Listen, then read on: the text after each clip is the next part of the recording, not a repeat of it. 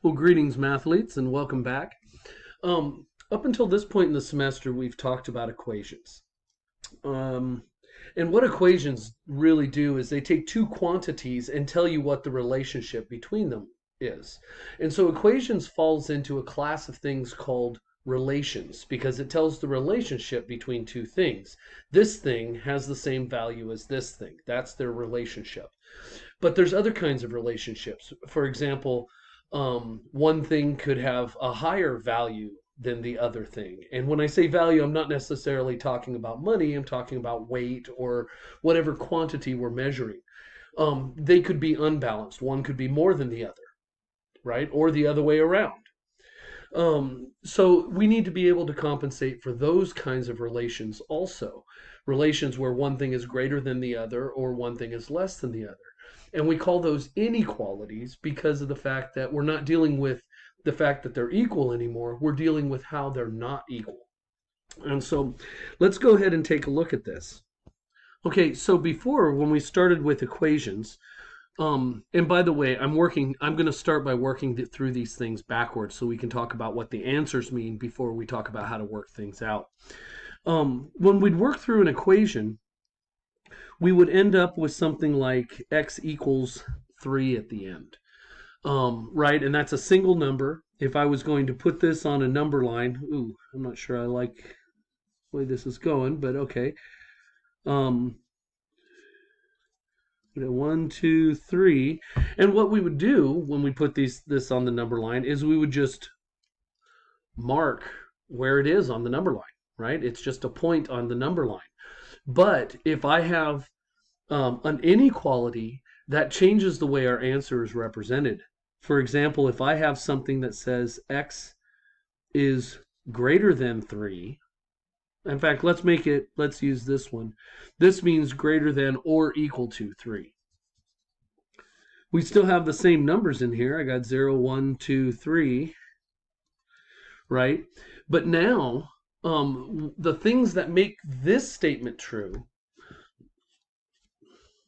is going to be a range of things because anything that is equal to 3 or bigger than 3 will work. That's what this relation means here. So, for example, if I picked, in fact, let me just mark a couple things that we'll try. Let's try 4, 5, let's say 10's out here, right? We also have 2, 1. We also have some negatives over here. So let's just play around with this a little bit and kind of see where our solutions are.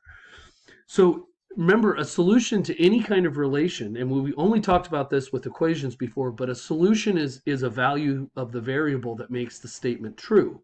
And it's the same thing for these kinds of relations. Anything that will make this a true statement when I plug it in for x is a solution. So if I pick x as 1, in fact, let's just try a few, right? So let's try. If I pick x as 1, well, let's see, is 1 greater than or equal to 3? And the answer is no. So that's not a solution. But if I pick 3, well, 3 is greater than or equal to 3. Don't get hung up on the greater than. If it says or equal to, then it can be equal as well. That is a true statement. 3 is greater than or equal to, right? The or means it could be either of those things. So this one actually is a solution. So we'll put a check there. Maybe we can do this, huh? We'll do that. We'll mark them. If I pick something bigger than 3, like 5, well, 5 is greater than or equal to 3 also. So that also tells us that we're winners. Okay, so let's go through and mark some of these. So we found that 3 was a solution, right? 1 was not a solution. We can check and see that 2 isn't also. 5 is a solution. I think we could probably say that 4 is a solution also. Now, you got to be real careful here because there's a tendency to want to just use the whole numbers. But 3.5 is also bigger than 3. 3.1 is bigger than 3. 4.5 is bigger than 3, and those are all numbers that are in between in here. And any number you pick in there, no matter what it is going to be greater than or equal to 3. So the way we represent that is we just color the number line, right? And we'll put an arrow because that indicates that everything bigger than 3 is part of it. Now, the 3 itself is kind of tricky. 3 is part of the solution here. There are actually two different ways to represent this. One is by using a closed dot, as we have here. We have a dot on the 3, so that means that 3 is a solution. The other way that you see it, and this is becoming far more common, and I actually like this notation better because it lends itself to another notation. We put a square bracket on it, and we open the bracket the direction of the arrow, right? So that means if I see this square bracket, that means 3 is part of the solution, and everything that's equal to 3 or greater than 3 is part of the solution. And so this is how you would graph it, right? So we do all our work, we get down to this, and then this is our graph. Now, you don't have to do all the work I just did. That was just leading up to why we do the graph the way we do. The point is just being able to do the graph. So let's go ahead and take a look at several of them so we can see how the different inequalities affect the graph. So let me go ahead and clear this. Okay, so let's look at several inequalities. We've already looked, oh, that is not a pen. Let's try this again. In fact, I'm going to switch to pencil this time. Let's say we have, well, let's go ahead and just start with what we started with. X is greater than or equal to 3. We'll look at X is, that is not X. X is greater than 3. Now you notice this one has an equal to, this one does not. And then X is less than 3. Well, we'll do the equal to first. And then X is less than or equal to 3, and then X is less than 3. So we can see how these things play out. Okay, now the biggest difference between these are the direction they're going, the direction the arrow's pointed, and what kind of bracket they use. So what you're going to notice is that when there's equal to, you get a square bracket, and when there isn't an equal to on it, you get a round bracket. So X is greater than or equal to 3, right? If that's 3 on the number line, then our graph of this should look like this. You should have a square bracket going through 3, and it should move this direction. Here, with X is greater than 3, there's not an equal to on it this time. And we need to indicate that because 3 is not greater than 3, right? So that means 3 itself is not a solution. So we have to indicate it's everything up to 3 because it's 3.1, 3.01, 3.0000001 is still greater than 3. So it gets really close to 3 but never touches it. It's kind of like the two kids in the back of the car on the road trip. I'm not touching you. That's what this graph is doing to 3. It's getting as close as possible without touching it. And so to indicate that, because we can't draw it, we use a round bracket, right? So it's round if there is no equal to, it's square if there is an equal to. Same thing is true over here. So if I have X is less than or equal to 3, well, that means the arrow goes this way because it's less than. Those are the values that are less than 3. It has an equal to, so that means it's getting a square bracket. Right? Now, the way it's illustrated, just so you're clear, the way it's illustrated in most books, they usually put this line directly on top of the number line. I separate it a little bit just so you can see what it's doing, but it is the same thing. And then the last one here should be very similar to this one. It's less than, so it's moving to the left, but it does not have the equal to, so that means it has a round bracket.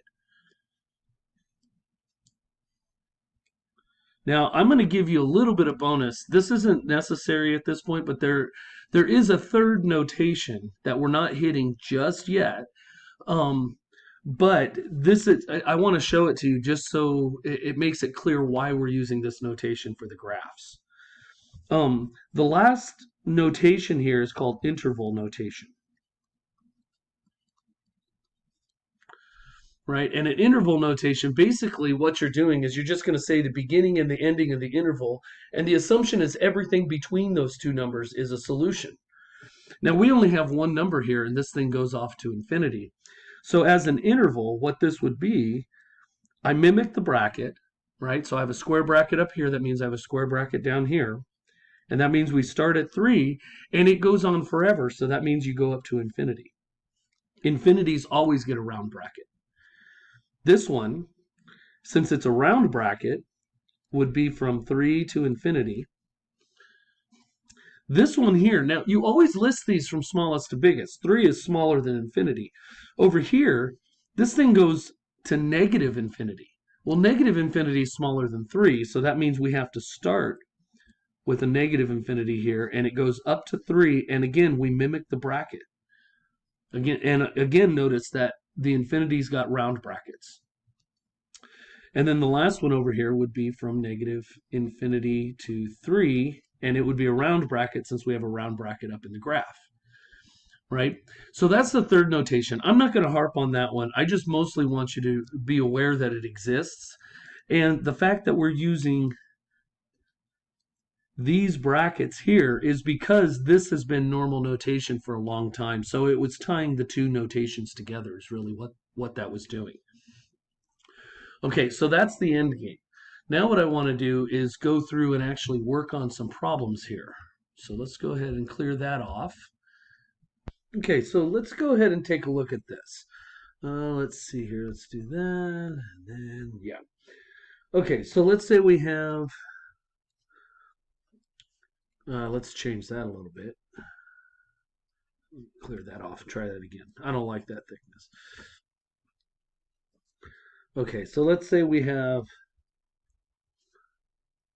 let's try this again. Here we go. 3x minus 5 is less than or equal to 7. Okay, now for this first one, I am more demonstrating that things are pretty much the same as an equation, right? If things are unbalanced, if you take equal parts off of both sides, they stay unbalanced. So we can do most of the same things with equations, with inequalities as we can with equations. And probably your gut instinct right now, if you were looking at an equation, you would want to add 5 to both sides. And that's exactly what we do. Okay, and so that's going to cancel, and that will leave me 3x is less than 12. And then from there, I can just divide by 3. Right? And we end up with x is less than or equal to 4. And if x is less than or equal to 4, we can graph that. Right? So let's see here. Let's go ahead and do a number line. We'll get a number line here. And then let's see here. So 0 would be there. We go 1, 2, 3, 4. And let's see. So if 4 is right there, this is less than or equal to 4. So that means I know it goes this way because it's less than 4. And now we have to decide on the bracket. And since it has an equal to, it gets a square bracket. Right? Okay, and that's pretty much the whole business. Right? There is one small exception. The inequalities behave exactly like equations, except for one particular thing. And let's go ahead and take a look at that. And then we'll start playing and deal with things as they come up. Okay, so let's go ahead and look at the next one. Let's say I have 5 minus 2x is greater than negative 7. Okay, So it does still look like an equation, and for the most part, the steps we take are going to be exactly the same. But there is one step that changes things. So let's take a look here. So I want to get x by itself on one side, so I'm going to go ahead and subtract 5 from both sides. And that's going to leave me with negative 2x is greater than negative 12. Okay, so your gut should probably be telling you to divide both sides by negative 2 right now. And your gut would be correct. When we divide by a negative, though, and it's the fact that the 2 is negative, not the fact that the 12 is negative. The same thing is done if that 12 was positive, right? It's the 2. I'm dividing by a negative. What that does is it reverses the inequality. So I still have x on this side. Negative 12 divided by negative 2 is positive 6. But here's where things change. This inequality now goes the other direction. It's things that are less than 6 that will be solutions to this. Now, here's the reason why. In fact, well, let's go ahead and finish this first. Right? If it's less than 6, I have 0 here. Let's say 6 is right there. And it doesn't have the equal to, and it's less than. So that means I should be using a round bracket and going that way. So your graph should look something like that. Now, talking about why inequalities reverse when you divide by a negative. It's actually true if you multiply by a negative on both sides as well. So if you divide or multiply by a negative on both sides of an inequality, the inequality switches. Okay. Be real careful. I hear the sign flips a lot, and it's not a sign, right? The signs are positive and negative things. Those are signs. This is an inequality. It is not a sign. It is a relation, if anything. So the relation reverses, the inequality reverses, but it's not the sign flipping. It's not a sign. All right. So that's the one thing out of everything we've talked about, that's the one thing that is going to be different about inequalities when you're solving them, is that if you divide or multiply by a negative, you will end up reversing the inequality. And so that's going to be important as we go on here. Now, let's look at why.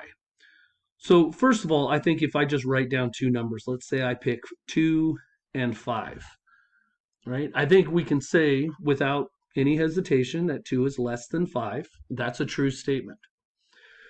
Now, if I multiply or divide both sides by -1, that's a legal move, right? It's completely legal to do that. You can do that to equations, you can do that to inequalities, and that will give me -2 and -5. But if I look at the number line, right, if 2 is here and 5 is here, -2 is here and -5 is here. -5 is less than -2, right? Or -2 is now greater than -5. It switched the inequality. It reversed the inequality. If I want it to still be true, when you switch signs, you have to reverse the inequality because stuff that happens on opposite sides of the number line happen in reverse order, right? The negatives are backwards. They're listed backwards from the positives. And because of that, when you switch over to the negatives, you reverse the order. Or if you switch from negative to positive, you reverse the order. So you reverse no matter which way you do it. Okay, so those are the basics. From here on out, it's just a matter of just trying to see if you can put all those things together. And so we're going to walk through a few different examples here. Okay, so let's go ahead and clear that. All right, now let's look at the next example. So let's say I have, now let's switch the color. There we go. So let's say I have 4 times x minus 3 plus 2 is greater than 3x plus 1. Now, here's what I want you to do. I want to see if you guys can do this on your own. In fact, you guys should be seeing if you can do this on your own. So with what you have all the tools to be able to work this problem out. We've gone through all of them. Pause the video here and see what you can do. Okay, so I'm assuming you paused, you worked on it, and let's see what we got here. So your gut should tell you, just looking at this, to go ahead and distribute and collect like terms first, and then we'll work from there.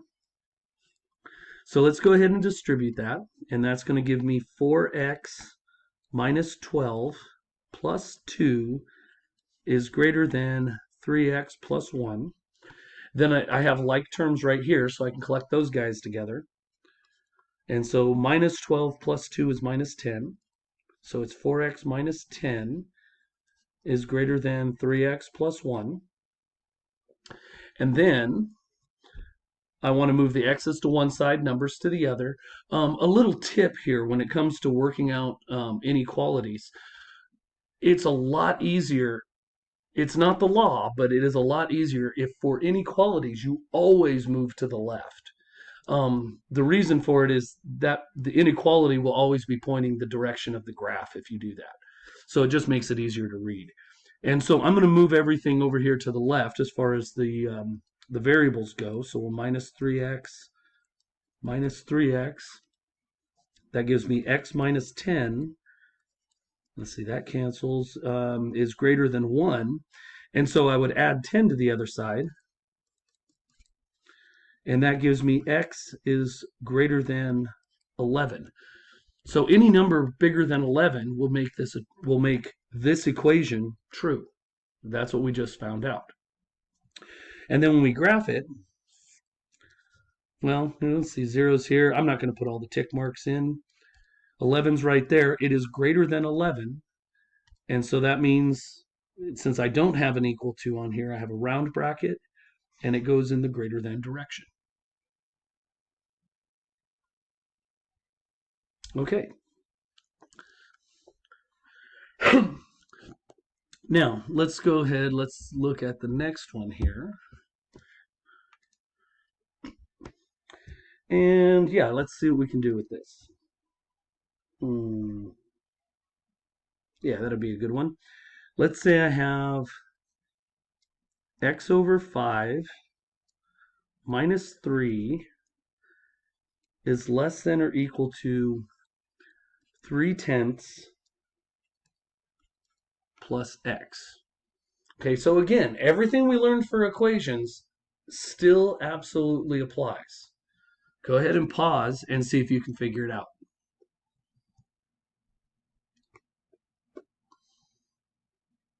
Okay. Now, so let's go ahead and take a look at our solution here.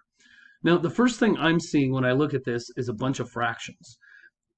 You could certainly deal with them as fractions, but we also learned a trick to get rid of fractions. And so I'm going to use that trick because I'd rather not deal with the fractions. It goes a lot faster if you don't have them.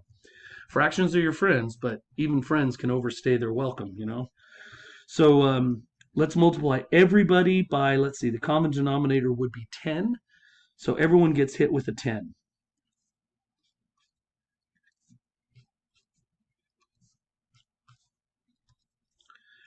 Okay, so the 5 cancels out here to leave me a 2, so that's now 2x. Nothing cancels here, so it's just minus 30. Is less than or equal to, let's see, the 10 cancels here, so that leaves me with a 3. And then I have plus 10x. Now, again, it's a lot easier to work these out if you move x to the left-hand side. We will generate a negative this time when we do it. And that's why you have to know how to deal with those things. So I'm going to start by subtracting the 10x over.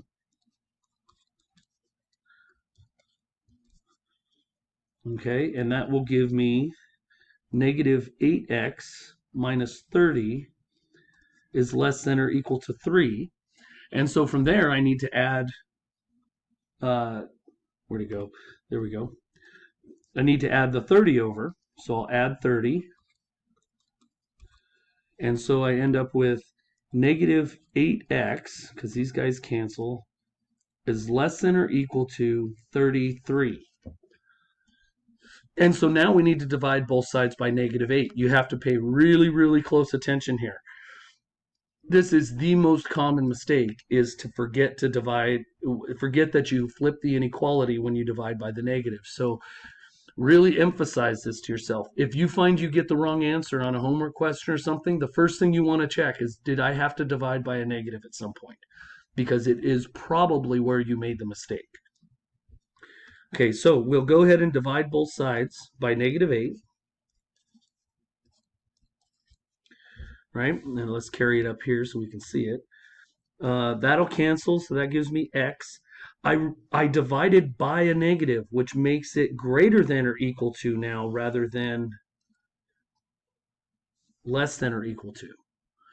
And then I have -33 over 8 as my final answer. Okay, now to get an idea of where -33/8 is on the number line, what you do is you go ahead and do that division. So I'm just going to make a little spot here. So 8 into 33, we can turn this into a mixed number, and it's a lot easier to tell where a mixed number is on the number line. So 8 fits into 33 4 times. That's 32. That leaves me 1. So that means it's, whoa, what just happened? I'm getting too close to the edge. Let's try this again. There we go. 4 1/8 is my answer, right? So we're going to use negative, it'll be negative also. We'll use -33/8 when we write it, but we know it's -4 1/8, so that gives us an idea of where it lands on the number line. So if I was going to graph this, it's now on the negative side. If 4 is right here, it's a little bit more than 4, or -4, excuse me. This would be where my 33/8 is. How do I want to mark this? We'll do it that way. And it's greater than or equal to, so that means I get a square bracket through 33/8, and it goes to the right. Your number lines in your homework are much better labeled so that you can tell where it is. But this is at -33/8, which is -4 1/8. So it's an eighth past 4 is really what it is. Okay, so we have that.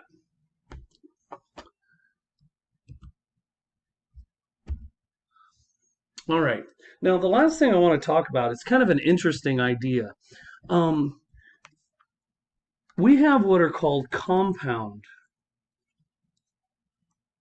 inequalities.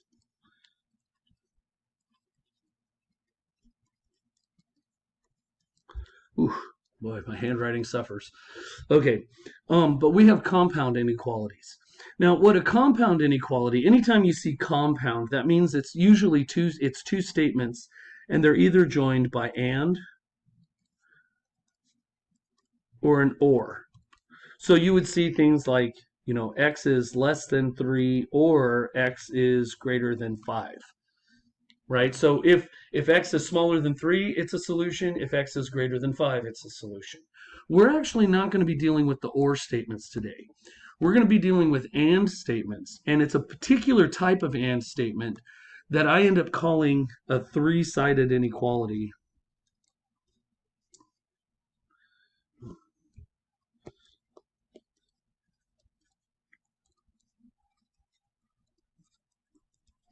Because it has three pieces, right?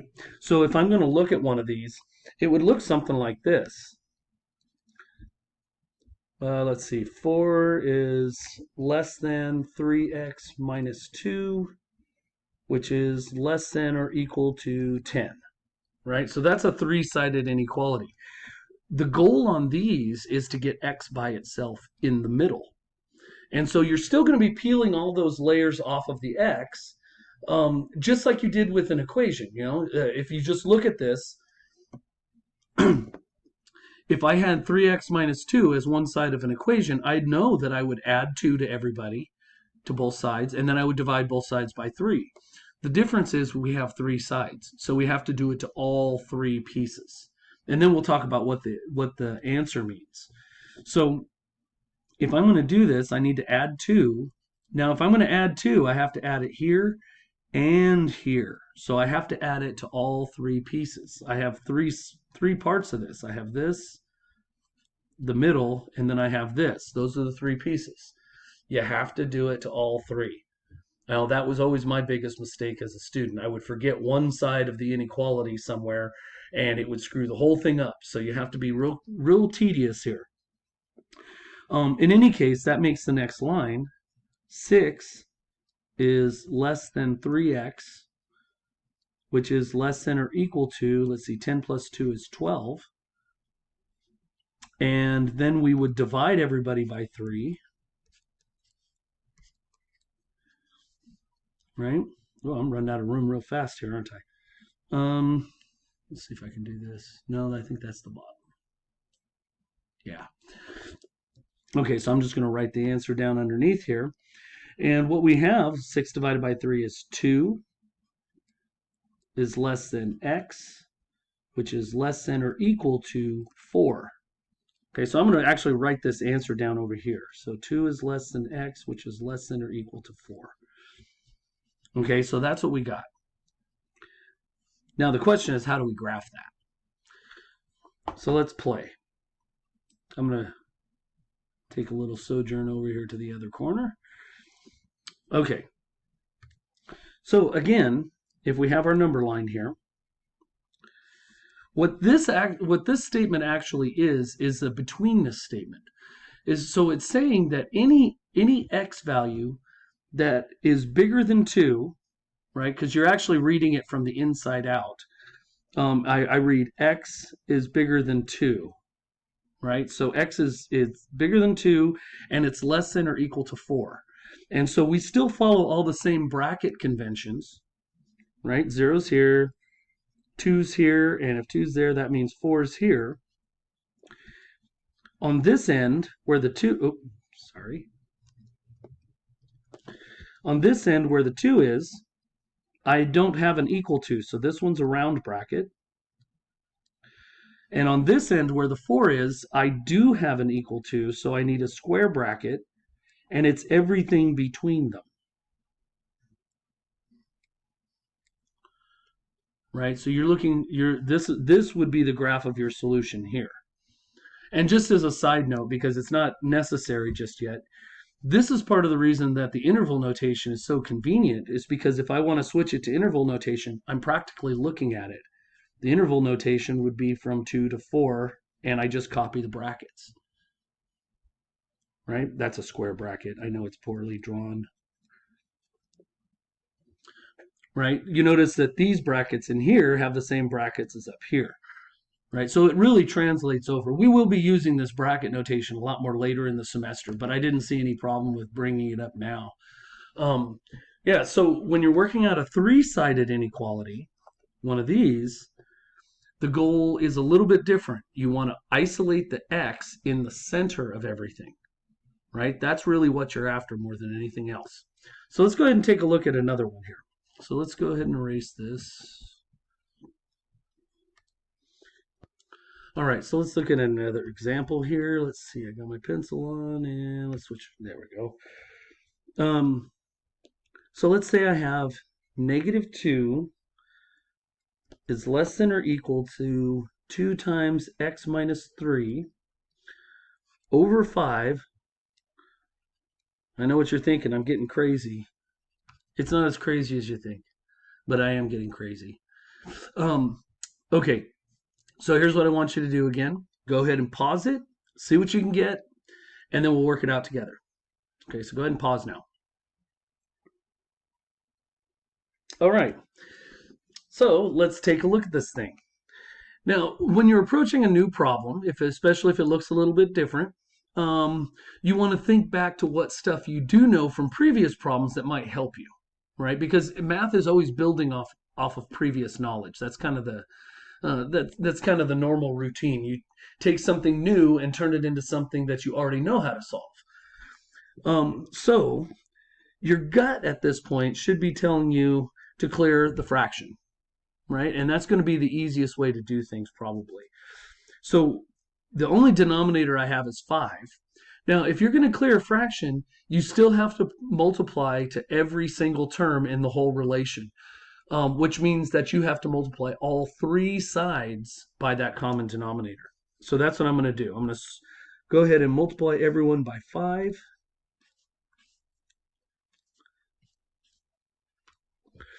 All right, and that would make our next line -10 is less than or equal to, well, let's see, the 5 cancels here, so that just leaves me with 2 times x minus 3. A lot of people, this happens quite often where I see students come up here. Let me switch colors so we can see. And they see that 2 times the 5, and even though they cancel the denominator out, they still multiply the 2 times the 5. You only get to use the 5 once. So once you divide it out with this denominator here, it's not available to use with the 2 anymore. You've already used the 5. You can't use it again. So be aware of that. So that denominator is gone, but this 2 does not turn into a 10. That's another common mistake that I see. And then 5 times 5 is 25. Okay.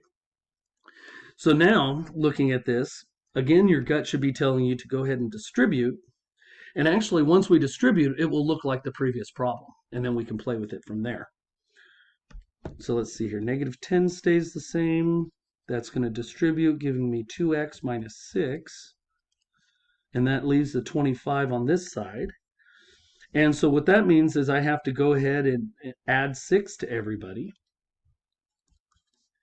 Oops, I meant to change colors for that. There we go. And let's see, if I add 6 to that, that gives me -4. And then that cancels, so I just have 2x. And then 25 plus 6 is 31. And then from here, I would just need to divide everybody by 2. Now, I see this a lot too. You're dividing -4 by 2 here. And there's a tendency to want to switch the inequality at this point. We're not dividing by a negative. We're dividing by a positive 2. And so the inequality doesn't switch here. It always has to do with this bottom number if you're going to switch the inequality. So this doesn't change as far as the inequality goes. It's still a -2 is less than or equal to x, which is less than or equal to 31 halves. Now 31 halves, if you go ahead and do the division, comes out to 15 and a half. So it's halfway between 15 and 16, so we can find it on the number line. So if I'm going to graph this thing, this is my inequality answer, and there's nothing wrong with that answer whatsoever. If we're going to graph it, let's see, what do we have? Here's 0, let's say -2 is here, and 15 halves, or 31 halves, 15 and a half, or 31 halves, is way out here. And if we're going to graph this thing, let's see here. At -2, I have an equal to on this. So that means I have a square bracket at -2. And then at 31 halves, I also have an equal to. So that means I have a square bracket here. And what we get is the interval that goes from -2 all the way up to 31 halves. And this ends up being the interval of our solution. Right? So that's what the graph looks like. All right. So let's see if we can get through one more here. So let me go ahead and clear this out. And we'll look at one more. Okay, so last one here. Let's see here. Let's go ahead and switch to black. And we'll go negative. This always works so much better when my pen is on. Okay, try this one more time. So -5 is less than or equal to 6 minus 5x, which is less than or equal to 7. And so once again, go ahead and pause it and see what you can find.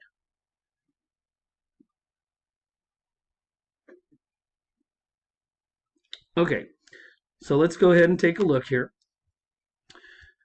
We'll go through all our gut instincts and stuff. Let's see, I want x by itself in the middle, so that means I have to get rid of the 6. So we'll subtract 6 from everybody. Okay, and that gives me -11 is less than or equal to -5x which is less than or equal to 1. Okay, so we're definitely going to get some fractions here. And let's see here.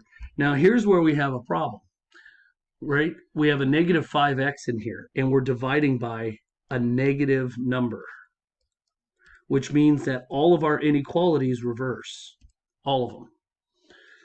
So here, a negative divided by a negative is a positive, so I have 11/5 over here. The center that cancels out, and that's an x. And then over here, 1 divided by negative 5 is negative 1/5. And then we reverse the inequalities, right? They go the other direction now.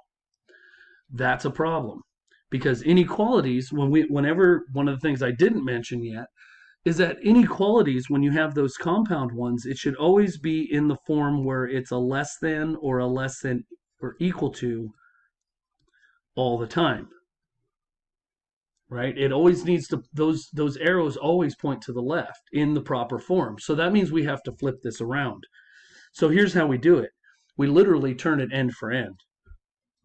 We take this and write it this way, and this and write it this way, right? So you can almost think of grabbing a big thing and just turning the whole thing around. The inequalities have to point at the same numbers as they pointed at before. So that's the thing.